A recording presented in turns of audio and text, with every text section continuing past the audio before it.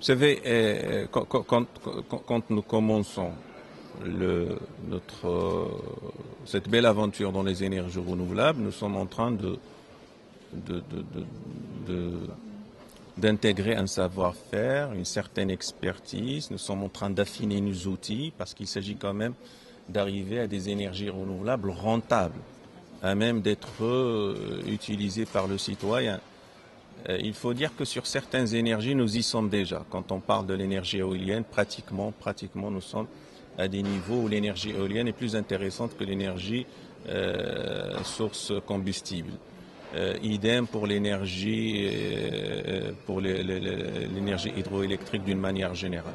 Bon, maintenant, ces énergies renouvelables nous permettraient dans l'avenir de soulager la facture que paye le citoyen.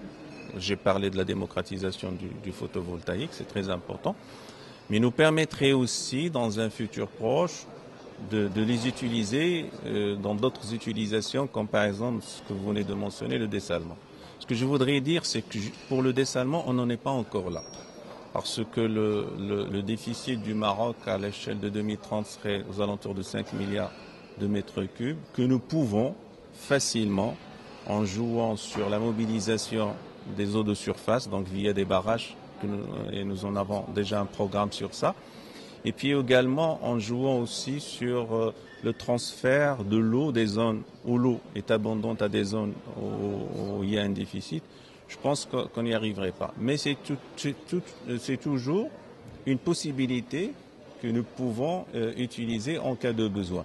Donc, par ricochet, si on revient au raisonnement, c'est-à-dire plus on affine les outils, plus on rentabilise, plus on rend le kilowattheure solaire plus intéressant, plus on serait en mesure de produire un litre dessalé à des prix accessibles, chose qui actuellement pratiquement impossible parce que c'est quand même c'est entre 15 et 20 dirhams mètre cube, c'est ce qui est cher. Mais on n'en est pas encore là. C'est vrai que le Maroc est à la limite du stress hydrique, c'est vrai, mais c'est-à-dire que le Maroc n'est pas dans une situation d'autres pays où effectivement il y a des coupures à longueur de journée.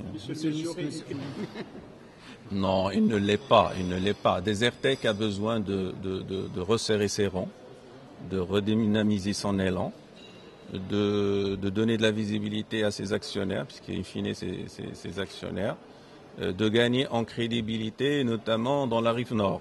Et nous avons besoin quand même, je l'ai dit à un responsable que j'ai rencontré, Desertec gagnerait beaucoup quand il y aura de la visibilité de la part de ces pays qui jadis, à un certain moment, parlaient de la dimension stratégique des énergies renouvelables.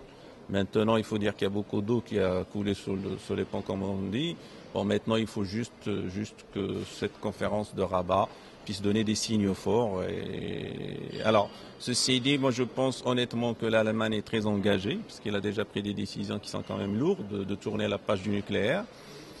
Maintenant, d'autres pays ont besoin de voir un petit peu le futur avec plus de sérénité, notamment quand on parle des interconnexions. Et vous savez que les interconnexions Maroc-Espagne, mais aussi à l'interconnexion Espagne-France. Donc c'est un petit peu les enjeux futurs on devrait avoir, si vous voulez, une valeur ajoutée de Desertec. Voilà. Une question, monsieur le ministre. C'est-à-dire que nous allons avoir un soubassement réglementaire, d'accord, mais nous allons aussi lancer des expériences pilotes, notamment dans les villes nouvelles.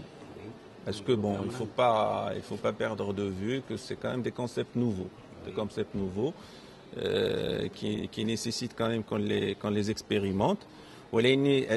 Sur le plan réglementaire, ça va être intégré dans le code de construction pour qu'on puisse effectivement sortir pleinement cette dimension aussi de l'efficacité énergétique. Mais nous y sommes, Inch'Allah.